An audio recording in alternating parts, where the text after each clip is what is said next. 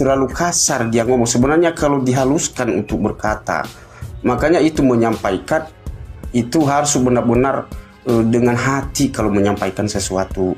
Jangan kasar, jangan menuduh doktrin-doktrin apa, bukan doktrin itu. Jadi satu gini, Elia ya, mungkin doktrin gereja kamu ajarkan begitu tentang persembahan dan persepuluhan. 2 kali saya memang jawaban kamu itu aja, berarti dogma kamu, doktrin kamu seperti itu. Tapi menurut Alkitab Elia, kita itu orang Kristen, menurut Alkitab wajib kita berikan persepuluhan. Kenapa? Alkitab itu tidak berdusta tentang pengajarannya ketika kita belajar dengan dituntun rohnya yang kudus, karena firman itu berasal dari yang kudus. Jadi Alkitab jelas katakan tentang persembahan dan persepuluhan. Saya tantang kamu Elia, penghasilanmu 100.000 kamu kasih 10.000 ke organisasimu, ke gerejamu, pegang kata saya, kamu akan terberkati berlimpah sesuai dengan firman Tuhan. Mungkin Elia bisa memberi penjelasan. Saya melihat di Alkitab, Musa naik ke gunung mengambil 10 perintah Tuhan. 10 perintah Tuhan. 10 perintah Tuhan itu yang ke-6 adalah jangan membunuh. Begitu Musa turun gunung, turun ke bawah, orang Israel semuanya sudah bimbang dan ragu. Akhirnya apa? Dibunuhlah 3.000 orang lebih, nggak salah, lewat dipatok dengan ular. Tapi dalam 10 perintah Tuhan itu jangan membunuh. Tapi begitu turun, hampir 3.000 orang lebih dibunuh. Nah, kata membunuh itu apakah ada yang diperintahkan, ada yang dilarang? Nah, gimana nih Kak Elia yang bisa bantu menjelaskannya? Terima kasih. Bahkan Pak, kalau kita mengkomparasi kepada apa yang dilakukan Israel pun, mereka membunuh ketika masuk ke tanah Kanaan. Padahal ingat ya, 10 hukum itu bukan hukum Taurat ya. Itu dasatita, beda ya. Itu hukum universal. Hukum Taurat itu yang 613, misvot. Jadi jangan sebutkan 10 itu hukum Taurat, bukan. Itu 10 hukum. Nah, 10 hukum ini diberikan jangan membunuh. Nah, itu diberikan kepada Musa sebagai tanda bahwa manusia itu harus mengasihi yang lain. Jadi kalau kita lihat Pak, hukum pertama sampai hukum keempat itu relasi kita dengan Allah. Akulah Tuhan Allahmu, jangan sebut namamu sembarangan, jangan berbuat maling ke patung, dan kuduskanlah hari Sabat. Hukum kelima sampai hukum ke-10 itu mengatur relasi kita dengan sesama manusia. Nah, hukum inilah yang kemudian disempurnakan Yesus Kristus, kasihi Allah dan kasih sesama. Kalau kita kasihi Allah, kita lakukan 1 sampai 4. Kalau kita mengasihi sesama, maka kita lakukan 5 sampai 10. Nah, ketika hukum itu diberikan kepada Musa, bagikan kepada bangsa Israel, tetapi ada yang terbunuh bangsa Israel. Kenapa mereka terbunuh? Kenapa mereka ada yang dibunuh? Kenapa mereka ada yang mati? Itu karena dosa-dosa mereka dan sanksi bagi mereka. Seperti misalnya orang-orang yang dipatok ular, ya, yang ketika mereka tidak melihat kepada ular tembaga itu mereka akan mati. Itu kan karena kesalahan mereka. Itu sebagai sanksi dan hukuman. Jadi bedakan hukum yang diberikan itu dengan sanksi dari kematian itu. Jadi hukum dalam 10 dasatita, hukum ke-6 itu berkaitan dengan apa? Mengatur moral manusia agar tidak membunuh sesamanya oleh karena motivasi kebencian dan lain sebagainya. Berbeda dengan yang terjadi bagi bangsa Israel, di mana mereka mengalami kematian karena sanksi yang dibebankan bagi mereka atas kesalahan mereka sendiri. Begitu. Ya. Boleh lagi tanya satu lagi ya? Ya, silakan. Ya. Di dalam, saya baca di dalam Alkitab, Elia juga tahu bahwa Yesus saat disalibkan, kata-kata terakhir dia bilangkan kepada muridnya, hai ibu, itulah murid-murid anak-anaknya. Nah, kalau di bahasa Mandarin, Tuhan Yesus yang waktu saat salib itu, dia bukan menunjukkan bahwa ibu, tapi dia bilang Fuden adalah wanita. Hai. Dalam Yunani itu gunaika. Nah, dalam Indonesia ibu. Kalau di bahasa Mandarinnya itu Fuden itu perempuan. Nah, saya pernah dengar pendeta sudah bilang saat itu Yesus itu mengatakan bahwa itu hai perempuan, kok bukan panggil ibu. Nah, mungkin posisinya saat itu, nah Yesus itu sudah di atas, bukan anak, tadi dia sudah menjadi Allah. Apakah demikian? Ada sedikit perbedaan dalam bahasa. Kalau bahasa Mandarin, Fuden itu adalah perempuan. Hai perempuan, kok dia bukan panggil ibu. Nah, ini perbedaan, saya sedikit tidak ngerti ya bahasa Mandarin, perbedaannya gimana nih. Coba tanggapan Ibu Elia gimana? Itu dalam bahasa Yunani punya satu kata, Pak, gunai. Jadi gunai itu bisa diartikan perempuan, wanita, atau bisa juga disebut ibu. Misalnya atau bisa juga disebut istri. Guna itu punya banyak arti, tergantung konteksnya. Ya, jadi sebenarnya itu tidak masalah ketika Tuhan Yesus berkata, guna perempuan, ibu gitu ya. Itu nggak masalah, karena memang si Bunda Maria itu memang adalah ibunya Kristus dan sekaligus perempuan. Karena kata guna itu seringkali digunakan bagi mereka yang masih perawan. Nah, Bunda Maria kan perawan. Iya. Jadi nggak masalah mau dia panggil Yesus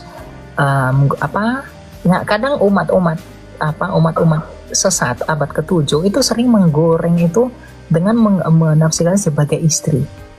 Ya, padahal malaikat juga pernah memanggil Maria itu sebagai gunai. Lalu apakah malaikat mengistrikan Maria? Kan bukan begitu. Gitu. Jadi memang itu kekayaan bahasa. Itu nggak ada masalah. Gitu. Ini bukan satu lagi nih, mungkin satu terakhir ya. Bukan satu pertanyaan. Yang satu, kita kan semua yang sudah menerima Yesus sebagai juru selamat. Kita sadar dan diterima dan kita semuanya dibaptiskan. Nah, banyak sekali ya kita sebagai pengikut Yesus kan dibaptiskan, kita sadar bahwa kita terima Yesus sebagai juru selamat. Ada terkadang jemaat melihat mujizat sehingga dia percaya. Ada yang benar-benar dari kecil, mereka sudah dari kecil dibawa ke gereja sehingga mereka dibaptiskan menerima Yesus sebagai juru selamat. Ada melihat kesaksian sesuatu baru percaya. Tidak seperti contohnya seperti murid-muridnya. Yesus udah dibangkitkan dan harus dibuktikan. Lihatlah tulang rusuknya yang ditusuk, sudah itu tangannya, melihat bukti baru percaya. Nah, di zaman kita ini, kita kan tidak mungkin jamah pakunya bekas paku, bekas apa itu, kita tidak melihat. Apa iman kepercayaan kita lebih baik dengan murid-murid yang saat itu? Kita tidak melihat, tapi kita lebih bisa percaya. Karena setahu saya, setiap jemaat yang sudah menerima Yesus sebagai juru selamatnya, semua berbeda. Ada yang melihat kesaksian, ada dari kecil udah terima Yesus sebagai juru selamatnya, dan banyak sekali. Nah, kira-kira iman kepercayaan kita yang tidak harus melihat bukti memegang tangan Yesus yang saat bekas-bekas yang dipaku, apakah iman kepercayaan kita lebih baik daripada saat-saat muridnya pada zaman itu? Terima kasih Bu. Terima kasih Ilya. Ya, Tuhan Yesus tidak pernah mengatakan lebih baik, tapi Tuhan Yesus mengatakan berbahagialah mereka yang tidak melihat namun percaya. Tuhan Yesus nggak pernah bilang lebih baik mereka yang tidak melihat tapi Tuhan Yesus hanya berkata berbahagialah mereka yang tidak melihat tapi percaya. Jadi kalau Anda percaya walaupun tidak melihat sesuai sabda Tuhan Yesus, maka berbahagialah Anda. Itu saja. Ya. Sekarang lanjut yang lain. Oke, ya. Tuhan berkati ya Pak. Selamat malam. Ya, atas kesempatannya Kak. Kak, saya mau nanya terkait Tritunggal. Ingin tahu lebih terkait Tritunggal Kak. Ya, hal apa yang mau kamu tanya dari Trinitas? Secara keseluruhan sih Kak, memang belum terlalu tahu, hanya sekedar dengar-dengar aja gitu. Oke, bentar ya. Ya. Saya bantu kamu memahami dari gambar. Saya suka buat sketsa tentang Tritunggal. Sebenarnya saya sudah saya sudah pernah buat itu dalam satu video yang menggambarkan ini. Sebentar ya, saya ini dulu. Bentar ya. Saya ini dulu ya. Agak berantakan soalnya mejanya ini. Oke. Nih ya, kamu bisa belajar dari sini dia. Nih ya, saya begini. Ini nggak kelihatan ya? Oke. Ini kelihatan ya? Saya singkirin. Nih. Ketika kita belajar tentang Allah Trinitas itu apa? Kamu harus mengerti bahwa Trinitas itu dari akar kata Latin. Ya, Trinitas itu dari akar kata Latin yang artinya yang berasal dari dua kata, yaitu tri dan unitas, yang artinya tri itu adalah tiga, unitas itu adalah keesaan atau persekutuan. Ya, jadi Trinitas itu adalah artinya ketiga Allah yang esa atau uncompounded singleness.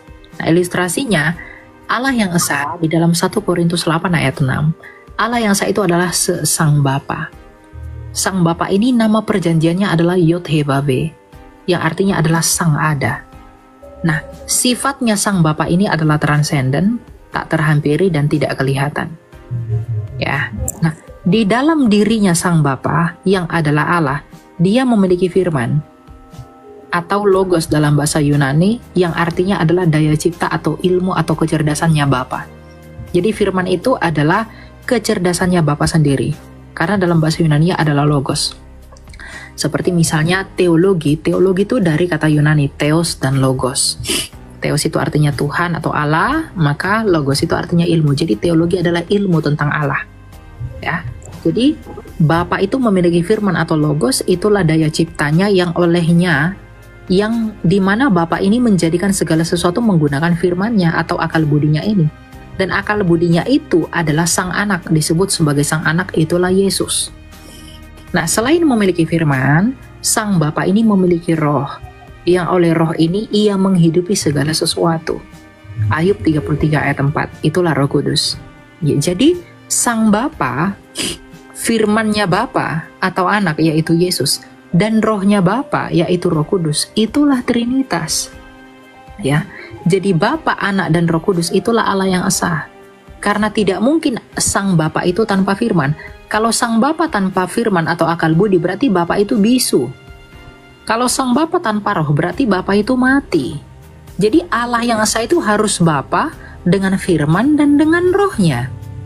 Ya, jadi Allah itu harus Allah yang hidup dan Allah yang dapat mencipta, yaitu Allah Sang Bapa yang memiliki firman dan roh. Dan Bapa, Anak atau firman dan Roh Kudus itulah Trinitas.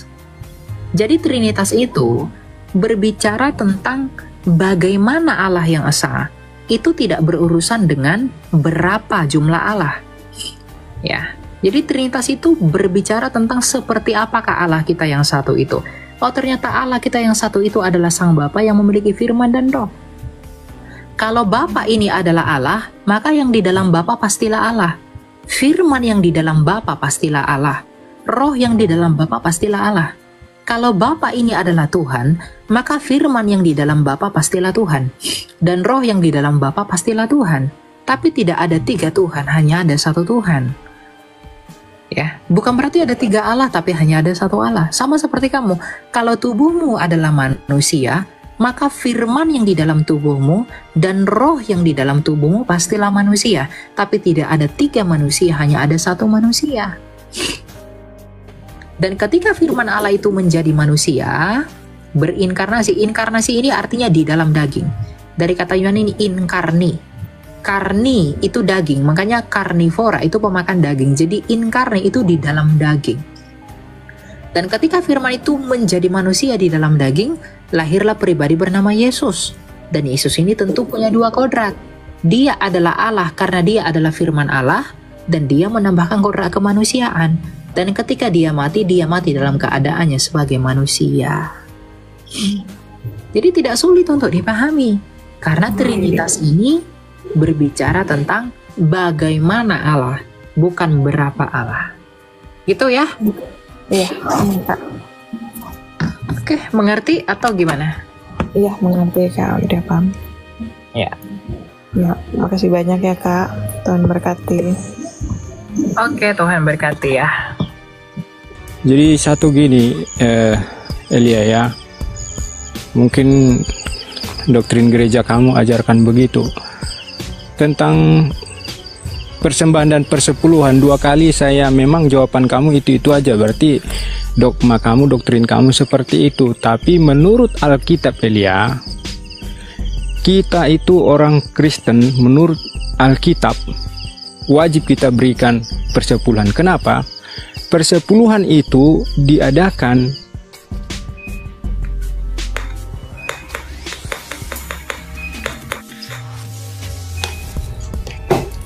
Gimana Pak? Diadakan lalu diapakan?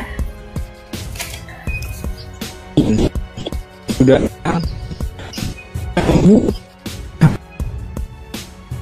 Atau ini suaranya yang jelas? Aku atau gimana?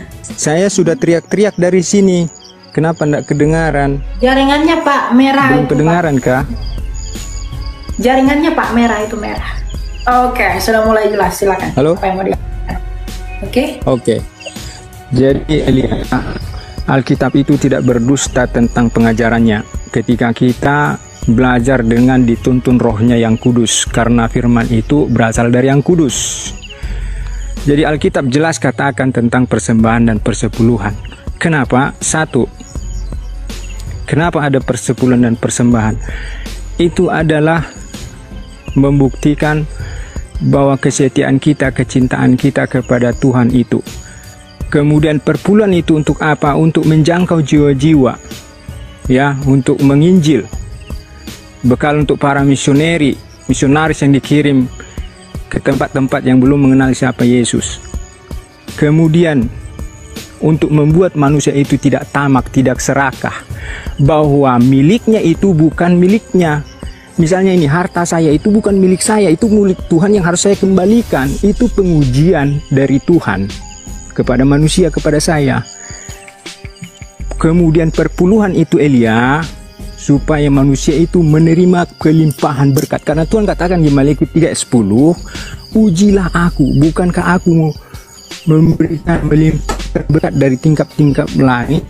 Artinya Elia, orang kalau memberikan perpuluhan, berkatnya itu tidak akan berkelimpahan Tuhan kasih. Itu ingat, saudara Elia. Coba saya tantang kamu Elia, penghasilanmu 100.000, kamu kasih 10.000 ke organisasimu, ke gerejamu, pegang kata saya, kamu akan terberkati berlimpah sesuai dengan firman Tuhan. Jadi saya tegaskan, jangan coba-coba bilang perpuluhan itu lah inilah itu, kamu salah penegasannya.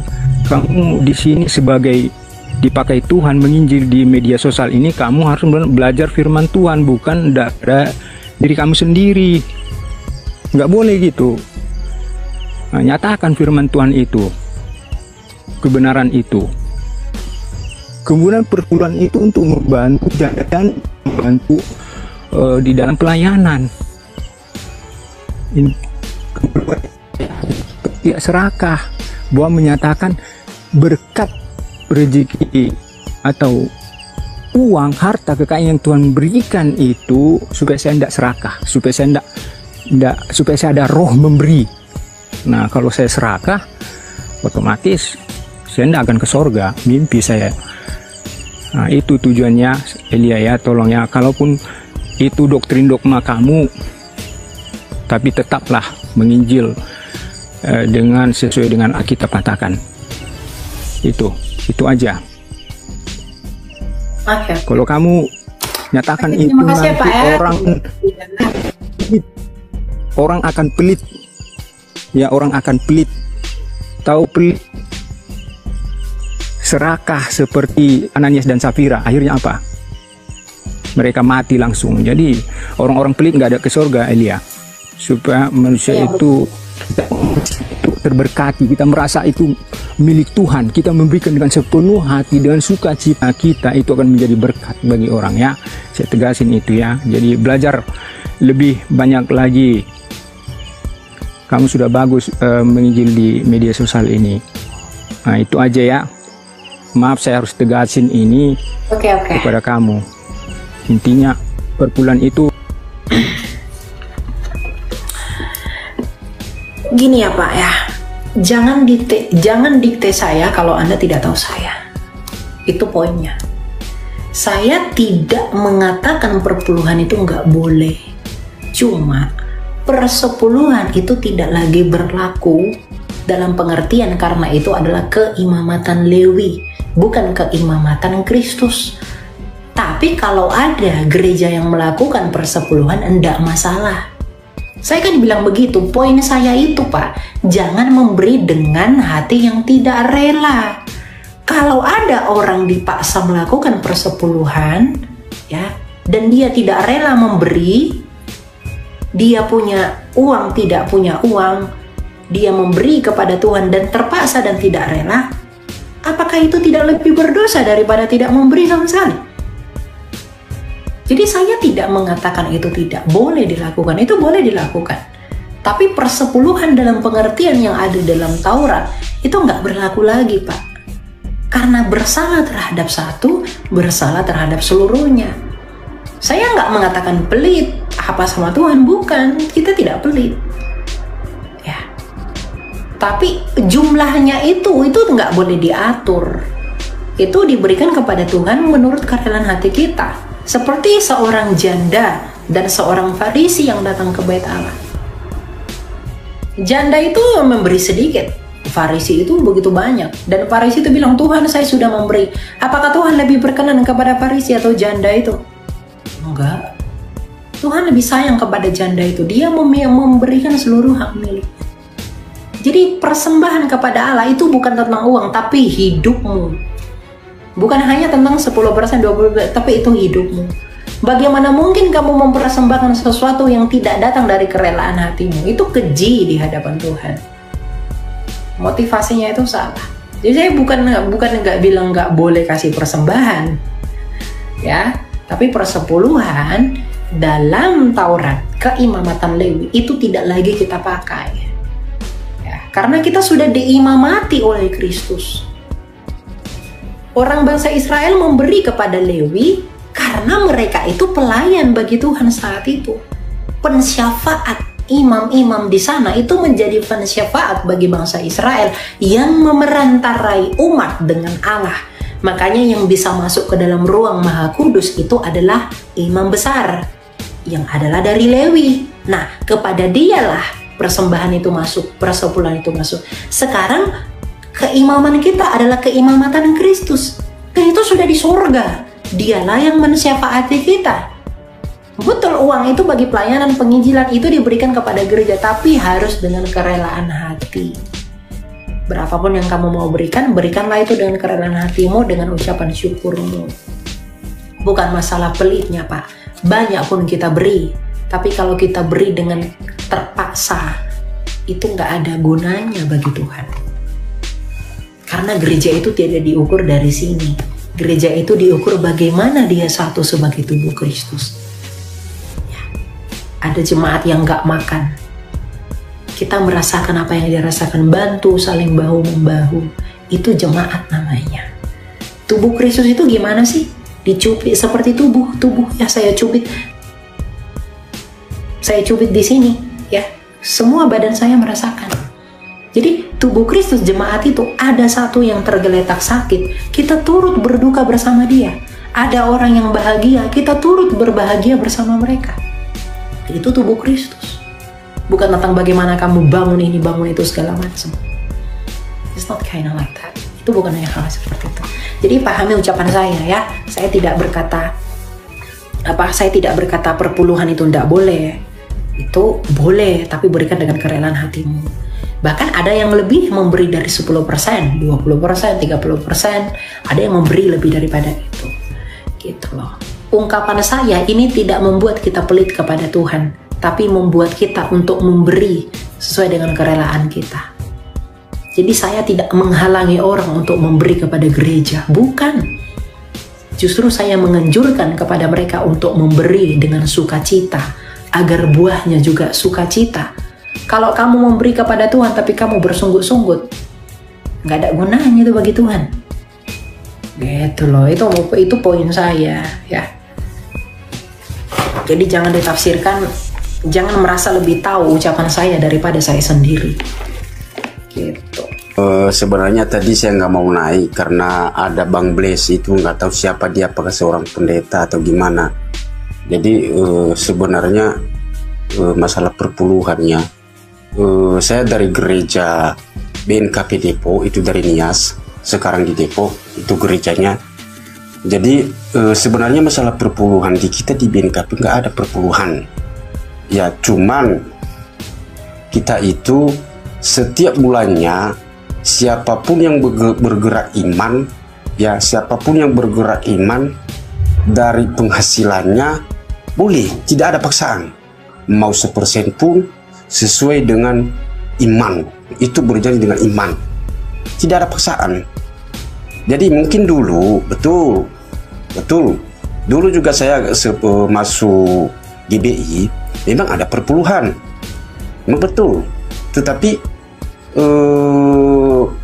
sekarang di gereja kita yang namanya perpuluhan tidak ada dipaksakan, tetapi yang diutamakan adalah janji imannya ya, janji imannya. Makanya itu Pak Pendeta tadi itu, atau pendeta siapa sih dia, itu sebenarnya kalau perpuluhan itu dari literasinya tadi saya lihat keperluannya ya, kita tidak perlu bayangkan apa yang tidak keluar, Pak. Itu biar saja, tapi apa yang kita sampaikan itulah yang benar adanya gitu loh. Karena persepuluhan itu kan di dalam Misbot, itu di dalam Torah nomor 425. Itu udah nggak berlaku. Iya betul. Itu udah selesai. Lukas 16 ayat 16. Hukum Taurat dan nubuatan kita para nabi itu berhenti sampai tampilnya Yohanes Pembaptis. Dan sejak saat itu kerajaan Allah diberitakan dan semua orang berusaha masuk untuk menggagahinya. Sudah selesai. Makanya Kristus sudah memakukan surat hutang di kayu salib atas dosa kita dan ketidaksanggupan kita atas kutuk hukum Taurat itu. Itu sudah selesai.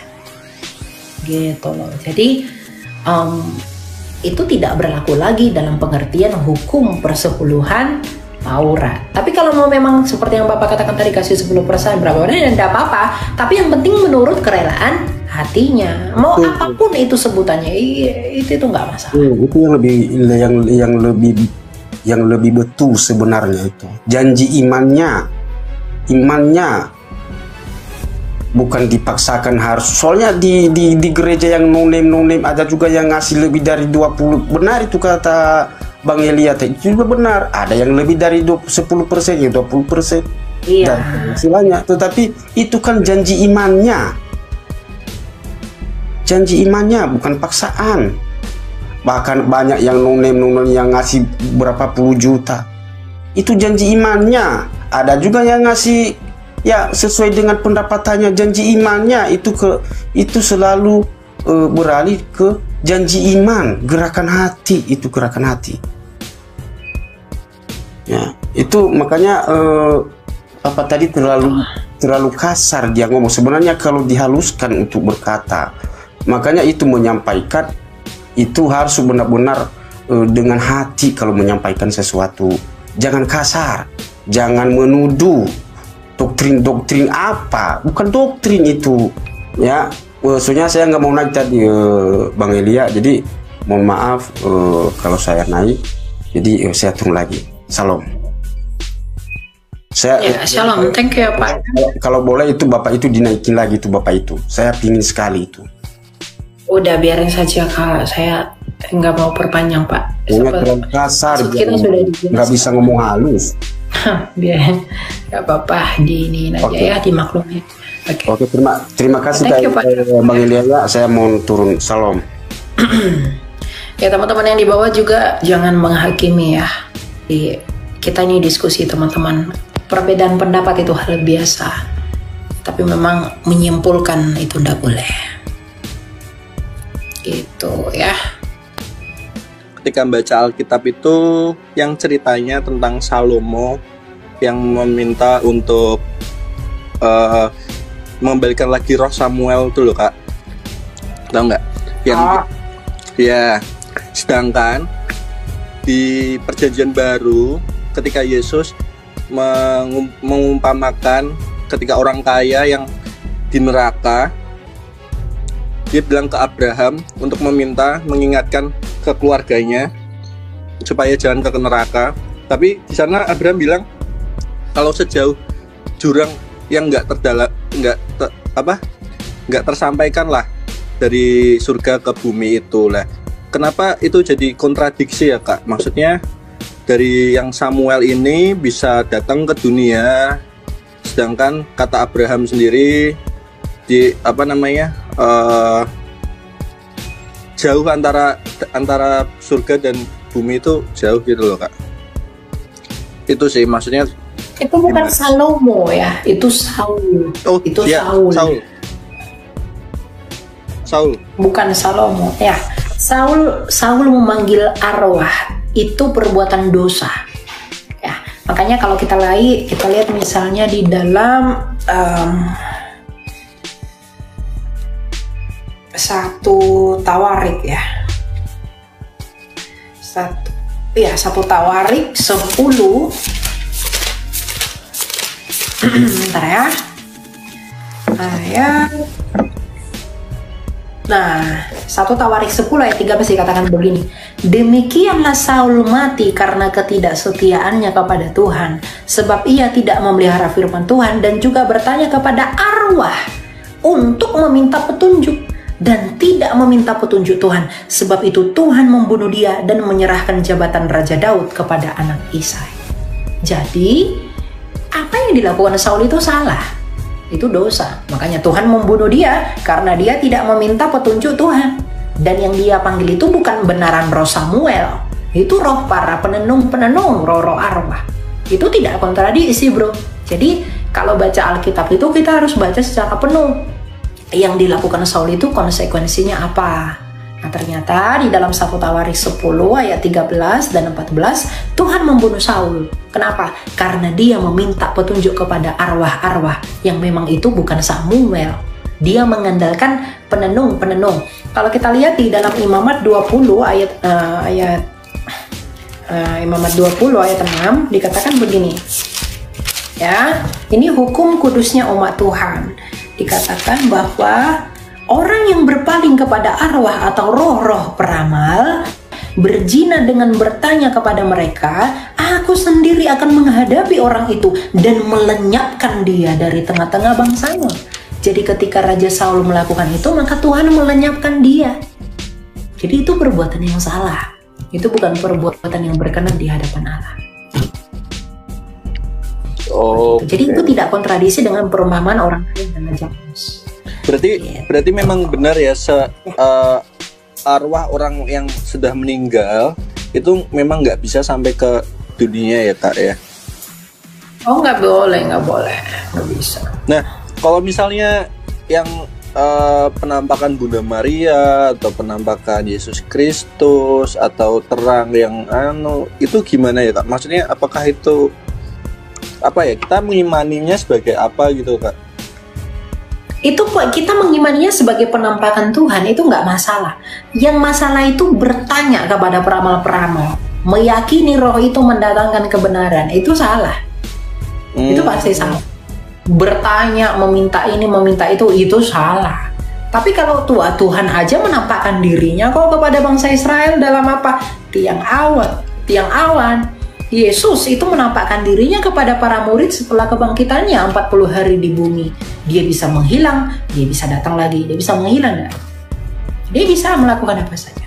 Jadi itu berbeda. Penampakan Tuhan dengan roh-roh itu berbeda. Roh-roh itu kan kita percaya kepada leluhur-leluhur. Nah, itu nggak boleh. Opung dolinya, kakeknya meninggal terus dia doa ya agar rohnya datang membantu dia melaksanakan, itu dosa, itu nggak boleh. Hmm. Gitu. Oke Kak Elia, makasih.